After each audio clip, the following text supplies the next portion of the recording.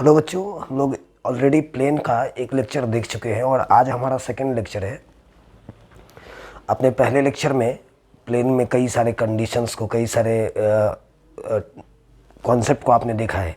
आज के लेक्चर में हम लोग रेस्ट जो कॉन्सेप्ट प्लेन का है 3D में, यानी स्पेस में प्लेन का जो रेस्ट कॉन्सेप्ट है उसको हम लोग आज लोग क्लियर करने वाले हैं। उसमें हमारा सबसे पहला कॉन्सेप्ट है आज का एंगल बिटवीन प्लेन्स।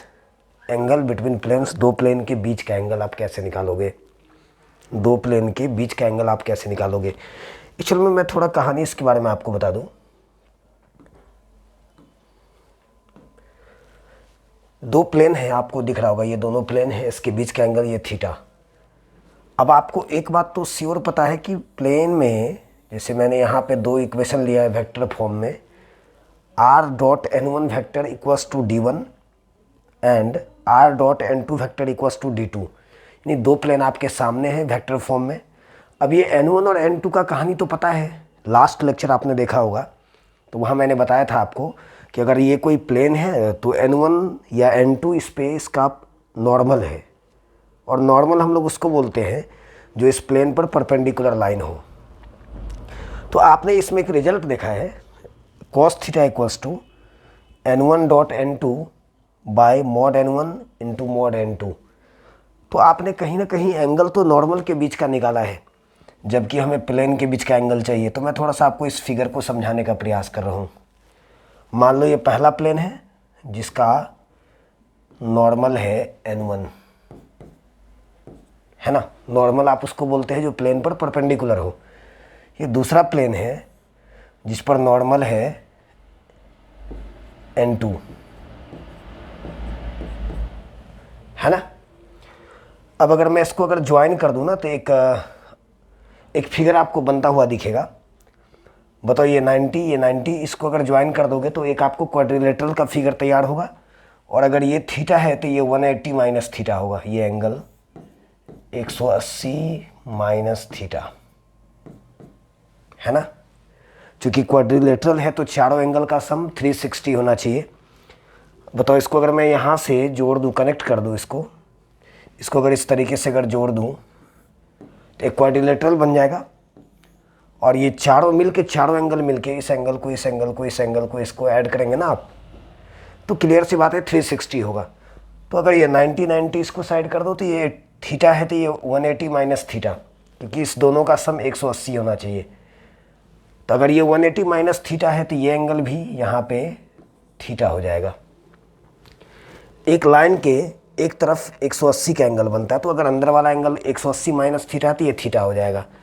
तो फाइनली हमें समझना ये है ना कि इन सारी कहानियों का ये मतलब था कि जब आप दो प्लेन के बीच का एंगल पता करोगे तो आप उसके नॉर्मल को उसके एंगल के लिए इन्वॉल्व करोगे, n1 n2। तो चलो मैं वेक्टर फॉर्म आपके सामने है। एक प्लेन है r dot n1 equals to d1, दूसरा प्लेन है r dot n2 equals to d2। तो यहाँ पे n1 n2 इसके नॉर्मल का वेक्टर है, तो इस दोनों को बाहर निकालना है, n1 n2 को। आपको प्लेन का जनरल इक्वेशन पता है, ये नंबर्स चेंज हो जाएगा, n1 n2 चेंज होगा, ये r कभी चेंज नहीं होता प्लेन के इक्वेशन में। तो यहाँ से n1 और n2 पता कर दो और इसको लगा दो एंगल के लिए। आप जानते हैं डॉट प्रोडक्ट में क्या कहानी था, वेक्टर ऑलरेडी आप पहले से जान चुके हैं। तो वेक्टर में ये कहानी था कि दो वेक्टर के बीच का अगर एंगल हम लोग निकालेंगे तो a dot B cos theta equals to a dot B by mod a mod B, उसी कहानी से इसके एंगल तक पहुँचेंगे, है ना। तो ये था हमारा दो प्लेन के बीच का एंगल। इसी में आगे हम लोग अब थोड़ा बात कर लेते हैं। जब इसी में आप कार्टेशियन फॉर्म में बात करोगे, कार्टेशियन फॉर्म यानी दो प्लेन है आपके सामने, पहला a1x plus b1y plus c1z plus d1। चूँकि दो अलग अलग प्लेन है इसलिए मैंने 1 2 इसमें मेंशन किया है। सेकंड प्लेन है a2x b2y plus c2z plus d2 equals to 0।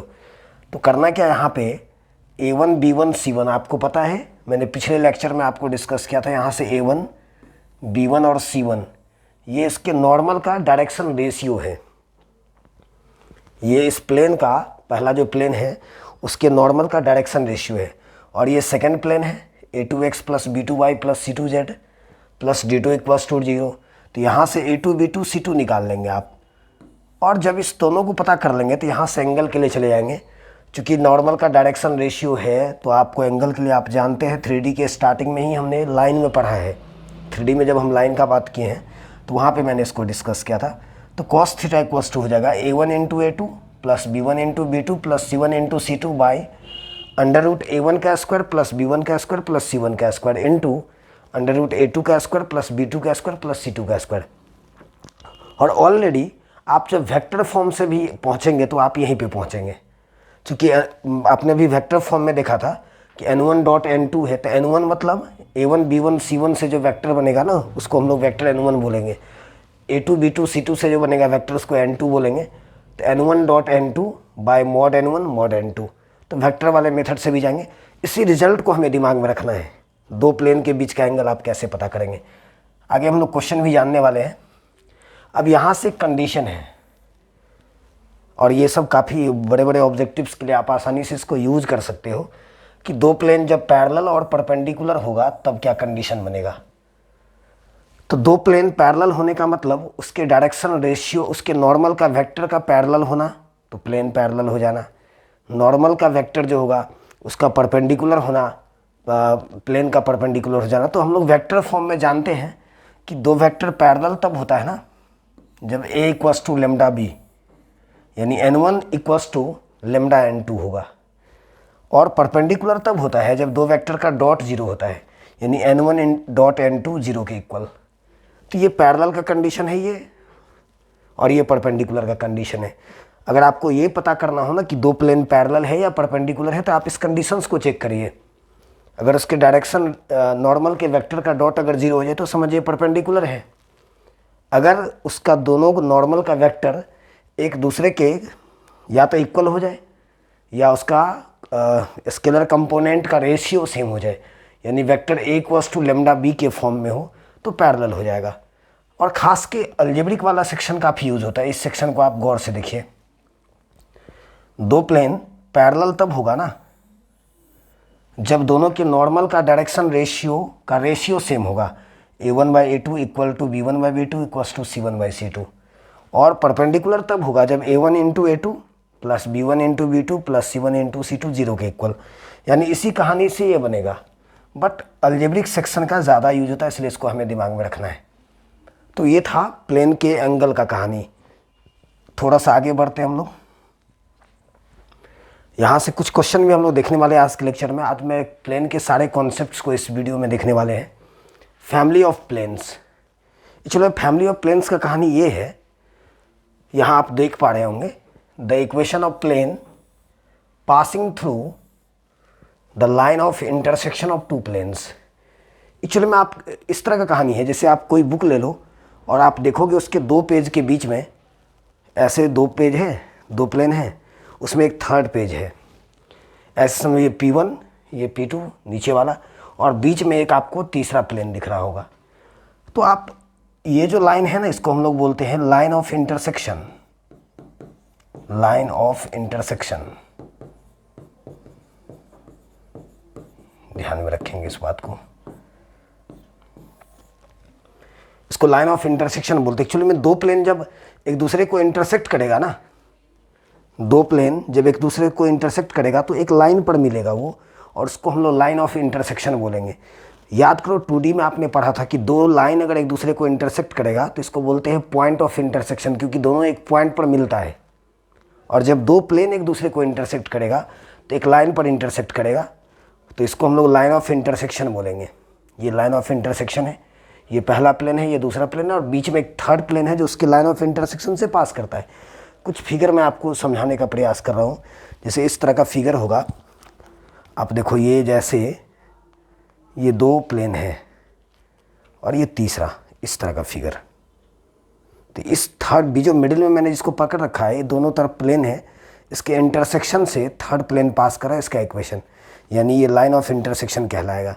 इस बात को दिमाग में रखना है। तो चलिए यहाँ से कहानी ये है, वेक्टर फॉर्म में पहले हमने बात किया है कि मान लो एक प्लेन है आपका, दो प्लेन यहाँ पर देखो क्या है। पहला प्लेन है r dot n1 vector equals to d1, दूसरा प्लेन है r dot n2 vector equals to d2। ये P1 और P2, ये नीचे वाला प्लेन और ये अपर प्लेन। इस दोनों का इक्वेशन अगर दिया हो और थर्ड प्लेन जो इसके बीच में है ना, उसके इक्वेशन की बात करनी हो तो आप ऑलरेडी थोड़ा सा 11th की 2D का कॉन्सेप्ट दिमाग में लाइए। वहाँ पे हमने पढ़ा था कि अगर L1 और L2 दो लाइन है और उसके इंटरसेक्शन से तीसरा लाइन पास कर रहा है तो उसका इक्वेशन हम लोग लिखते थे L1 dot lambda L2 equals to 0। Family of lines था 2D में, यहाँ पर फैमिली ऑफ प्लेन्स है, तो यहाँ पर भी सेम कहानी बनेगा। चलिए देखिए आप, पहला प्लेन था R dot N1 equals to D1, दूसरा प्लेन था R dot N2 equals to D2। तो उसके इंटरसेक्शन से अगर तीसरा प्लेन पास करेगा तो उसका इक्वेशन ये है R dot N1 plus lambda N2 equals to D1 plus lambda D2। उसी तरीके से बात हमने कार्टेशियन फॉर्म में भी किया है कि पहला प्लेन हमारा ये है A1x plus B1y plus C1z plus D1 equals to 0। दूसरा प्लेन हमारा ये है A2x plus B2y plus C2z plus D2 equals to 0।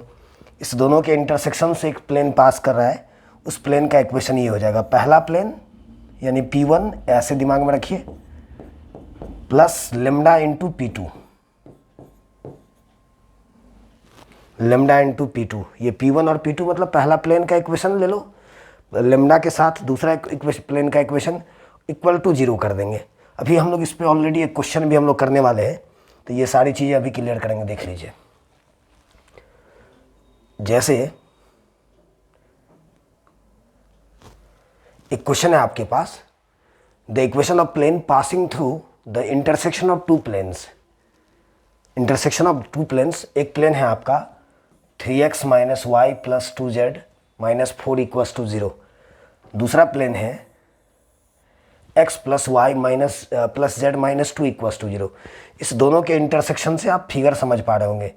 ये मान लो कोई प्लेन है, ये मान लो कोई प्लेन है, और एक तीसरा प्लेन कुछ इस तरह का है, इसके मिडिल में। तो आप ऐसे लिखोगे the equation of required plane, जो प्लेन आपको चाहिए, जिस प्लेन का इक्वेशन निकालना है, हो जाएगा पहला प्लेन है आपका 3x minus Y plus 2z minus 4 plus lambda, अभी जस्ट मैंने कॉन्सेप्ट देखा है, plus lambda into X plus Y plus z minus 2 equals to 0। अगर दो प्लेन हमारे पास दिया हो, पहला प्लेन दूसरा प्लेन, तो first plane plus lambda into second plane equals to 0 कर दो। ये आपके उस प्लेन का इक्वेशन आ गया जिसको इक्वेशन आपको निकालना है। अब आगे इसमें लेमडा कैसे इवेल्युएट करेंगे, लेमडा यहाँ से कैलकुलेट करके पता करना होगा, लेमडा को हटाना पड़ेगा। फाइनली ये इक्वेशन तोड़ के प्लेन का जनरल इक्वेशन बन जाना चाहिए ax plus B Y plus C Z equals plus D equals to 0। तो अब ये लेमडा कैसे निकालने की, तो उसके लिए कंडीशन दिया हुआ कि ये पास करता है 2 to 1 से। तो चलिए आगे देखते हैं। अभी हमारे पास जो प्लेन था, इक्वेशन ये था 3x minus Y plus 2z minus 4 plus lambda into X plus Y plus Z minus 2 equals to 0। अब ये पास करता है 2 to 1 से, तो आगे चलते हैं। 3x माइनस वाई है ना,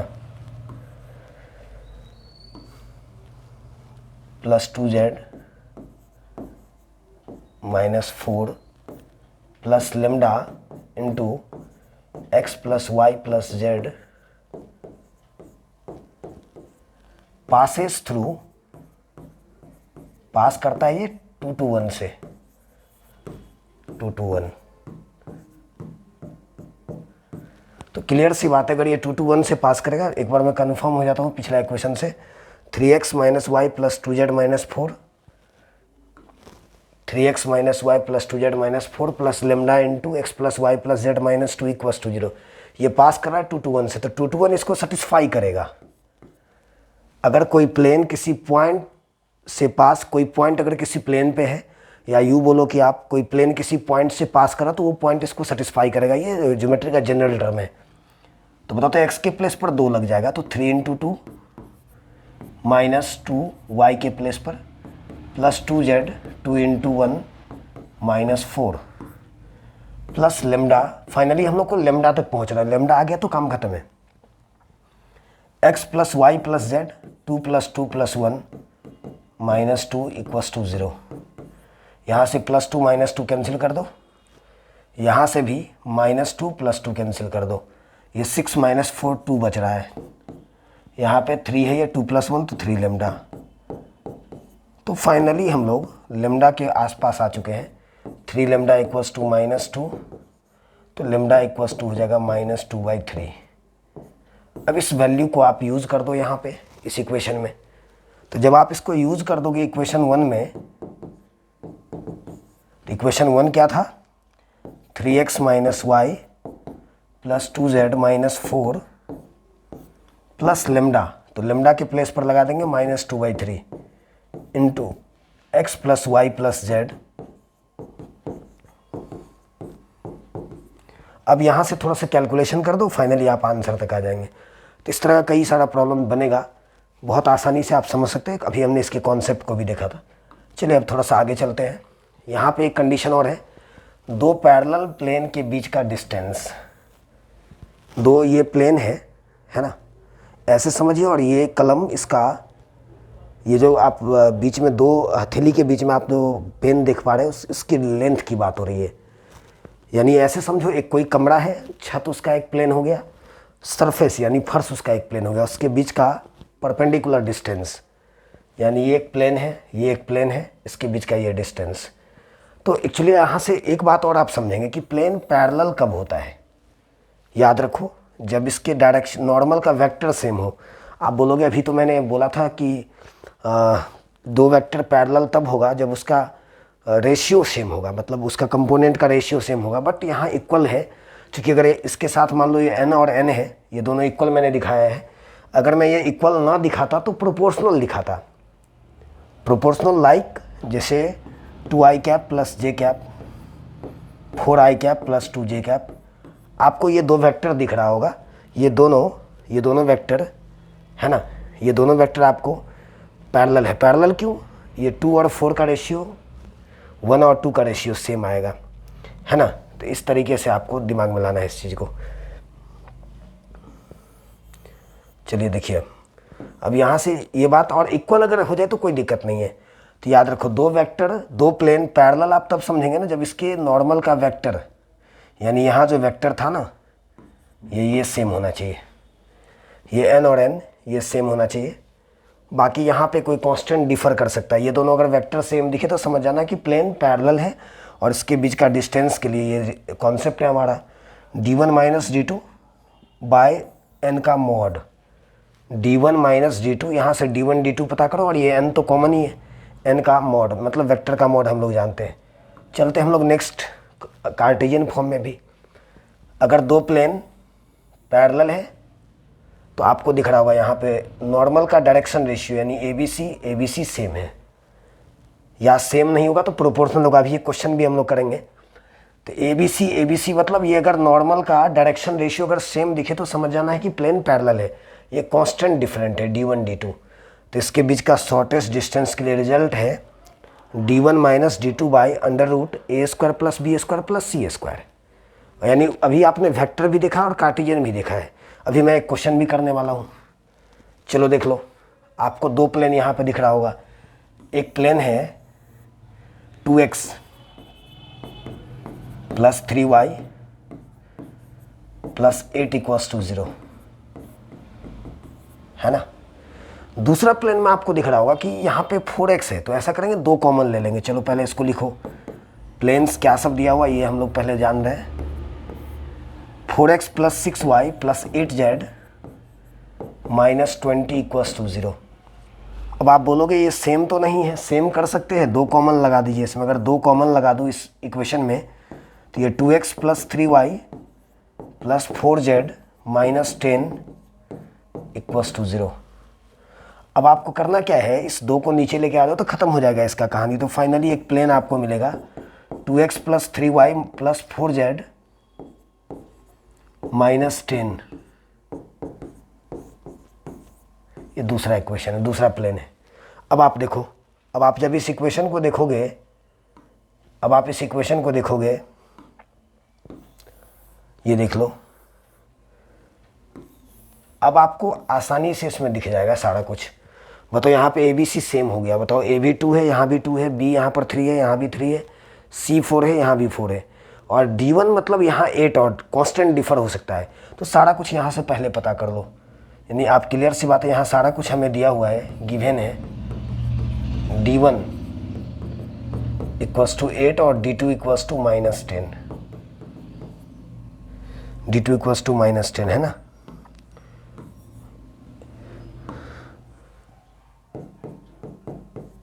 उसके बाद ABC कितना है, A2 है, B3 है और C 4 है। अब इसके बीच का डिस्टेंस बोलता है तो D1 minus D2 by under root A² plus B² plus C²। अब सारा कुछ है, कैलकुलेशन आप आसानी से कर सकते हैं। यहाँ से D1 और D2 का रिजल्ट डाल दो, A² plus B² plus C², आसानी से आप रिजल्ट तक पहुँच जाएंगे। अब यहाँ से इसी का एक जो हम लोग लास्ट 2 कॉन्सेप्ट इसके अंदर हम लोग जानेंगे, यहाँ है कि एक प्लेन और एक पॉइंट के बीच का परपेंडिकुलर डिस्टेंस, एक प्लेन और एक पॉइंट के बीच का परपेंडिकुलर डिस्टेंस है ना। ऐसे समझिए ये कोई प्लेन है और यहाँ पे एक पॉइंट है स्पेस में, यहाँ से एक परपेंडिकुलर लगाओ, उसी का लेंथ चाहिए। टॉपिक देखिए आप, किसी पॉइंट का किसी प्लेन से परपेंडिकुलर डिस्टेंस, फिगर में आसानी से सारी बातें क्लियर हो जाएगा। ये कोई प्लेन है, यहाँ पे एक पॉइंट है x1 y1 z1, x1 y1 z1 है ना, और इस पॉइंट से इस प्लेन का परपेंडिकुलर डिस्टेंस यानी इस AP को निकालना है। तो चलो देख लो, प्लेन क्या है, r.n equals to D, r.n vector equals to D, और पॉइंट है x1 y1 z1। तो इसका डिस्टेंस हो जाएगा, इसके बीच का जो डिस्टेंस होगा a.n, आप इसको याद इस तरीके से रखेंगे, a.n minus D, a.n minus D, यानी आप इस बोलोगे ये a कहाँ से लाएंगे हम लोग, एक्चुअल में x1 y1 z1 मैंने इसके बगल में मेंशन कर दिया है कि वेक्टर a जो है ना वो position vector of this point है, यानी x1 y1 z1 का पोजीशन वेक्टर है। और आप जानते हैं पोजीशन वेक्टर मतलब x1 i क्या प्लस y1 j क्या प्लस z1 k क्या, वेक्टर a बन जाएगा। तो करना क्या है कि इस वेक्टर a को इस r के प्लेस पे पुट कर देना है। तो a.n और d इधर लेके आओ तो minus D by mod n, इसी से ये परपेंडिकुलर डिस्टेंस निकलेगा। और चूंकि आप लाइन का भी सारा कॉन्सेप्ट जानते हैं, आप चाहें तो इस सारे रिजल्ट को आप वेरीफाई भी कर सकते हैं। a.n minus D by mod n, जहाँ पर a आपको इस पॉइंट से पोजीशन वेक्टर बन जाएगा और ऑलरेडी n और d आपके पास है पहले से। चलिए मैं थोड़ा इसका अलजेब्रिक फॉर्म भी देख लेता हूँ। देखिए यहाँ पे ax plus by plus cz plus d equals to 0 कोई प्लेन है और x1 y1 z1 कोई पॉइंट है। तो इस प्लेन का क्या करना है, इसमें इस x1 y1 z1 को सेटिस्फाई करवा देना है, ax1 plus by1 plus cz1 plus d by under root a² plus b² plus c²। ये डिस्टेंस निकालने के रिजल्ट है। चलिए इस पर मैं एक क्वेश्चन भी कर लेता हूँ। समझिए यहाँ से एक प्लेन आपके सामने होगा, यानी ये प्लेन हो गया है ना, और एक पॉइंट है यहाँ पे P मान लो इसको, ये पॉइंट है -6 0 0, इस पॉइंट को A मानो, इसी लेंथ को निकालना है। तो अभी जस्ट मैंने बात किया यानी इसी डिस्टेंस को निकालना है। तो इस डिस्टेंस के लिए अगर हम लोग जाएंगे तो अभी मैंने जस्ट आपको बात किया कि ये जो प्लेन आपका दिया हुआ ना उसमें इसको सेटिस्फाई करवा दो। तो ये प्लेन कितना है, इस प्लेन का इक्वेशन क्या है, 2x minus 3y plus 6z minus 2 equals to 0। तो करना क्या कि इस पॉइंट को इस प्लेन में सेटिस्फाई करवा देना है। तो बताओ तो 2 into minus 6 minus 3 into 0 plus 6 into 0, और ये -2 ऐसे ही रहेगा by under root a² plus b² plus c²। ABC आपके सामने है, 2 का स्क्वायर माइनस 3 का स्क्वायर 6 का स्क्वायर, ये -12 और ये 0 तो -2 हो जाएगा बाय ये 4 प्लस 9 प्लस 36। अब चलो यहाँ से तो ये 14 आ गया ऊपर और नीचे 7 आ गया। मतलब ये -12 और -2 -14 मॉडुलस इसको पॉजिटिव करके बाहर भेजेगा, और यहाँ पे ये 49 है तो रूट के बाहर 7 आ जाएगा। तो फाइनली यहाँ से 2 आ जाएगा, यानी 2a² यूनिट इसका डिस्टेंस है, परपेंडिकुलर लेंथ है। कई सारा क्वेश्चन आपको एनसीईआरटी के अंदर भी मिलेगा, उसको करना है। लास्ट हम लोग अंतिम कॉन्सेप्ट पे हैं कि एक लाइन और एक प्लेन के बीच का एंगल, लाइन और प्लेन के बीच का एंगल। इस फिगर में आप देख पा रहे होंगे एक प्लेन है और ये कोई लाइन है, ये लाइन है ना। अब आपको एक बात तो पता है कि प्लेन में अपना कुछ है ही नहीं, जो कुछ भी है उसके वेक्टर भी नॉर्मल का है और नॉर्मल उस पर परपेंडिकुलर होता है, तो ये नॉर्मल n है।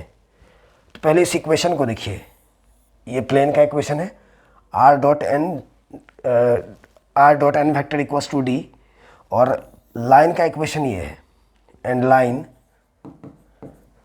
r dot vector r equals to a plus lambda B, आप लाइन के वेक्टर फॉर्म को भी जानते हैं। तो ये प्लेन और लाइन है, इसके बीच का हमें एंगल चाहिए। तो यहाँ से इसके नॉर्मल का वेक्टर निकाल लो n, और यहाँ से इसके डायरेक्शन रेशियो का वेक्टर b, और इस पे लगा दो। आप बोलोगे ऐसा कैसे, cos 90 माइनस थीटा क्या हो गया, यहाँ पर थीटा है ये।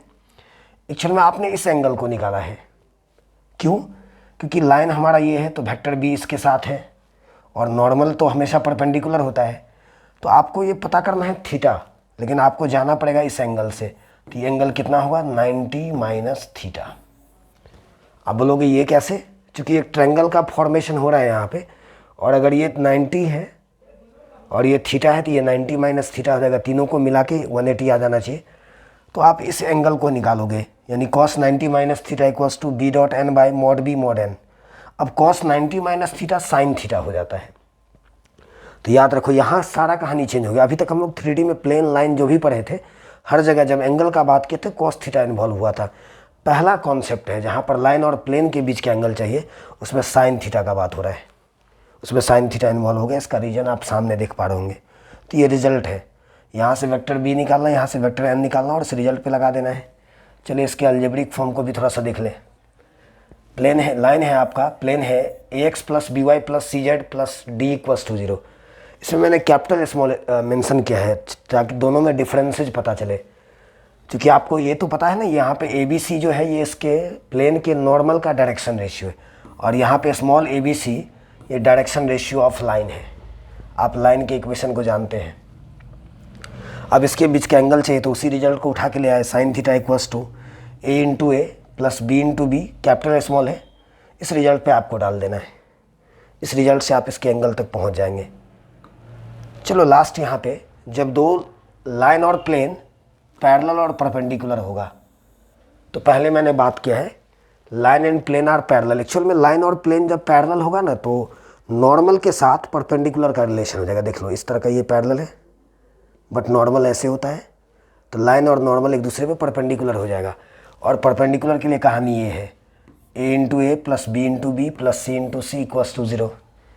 और जब लाइन और प्लेन पैरेलल होगा तब परपेंडिकुलर होगा कब, देख लो जब दोनों के, यानी लाइन का डायरेक्शन रेशियो और प्लेन के नॉर्मल का डायरेक्शन रेशियो का रेशियो सेम होगा, a by A equals to b by B equals to c by C. तो ये था 3D के रेस्ट कॉन्सेप्ट का कहानी। अब आप एनसीईआरटी में सारे क्वेश्चंस को कर सकते हैं, 11.3 जो चैप्टर है। नेक्स्ट लेक्चर में भी हम लोग मिलेंगे, जिसमें कुछ इंटरेस्टिंग और बड़े बड़े क्वेश्चन जो जेई लेवल का होगा उसको हम लोग करने वाले हैं। Thank you so much.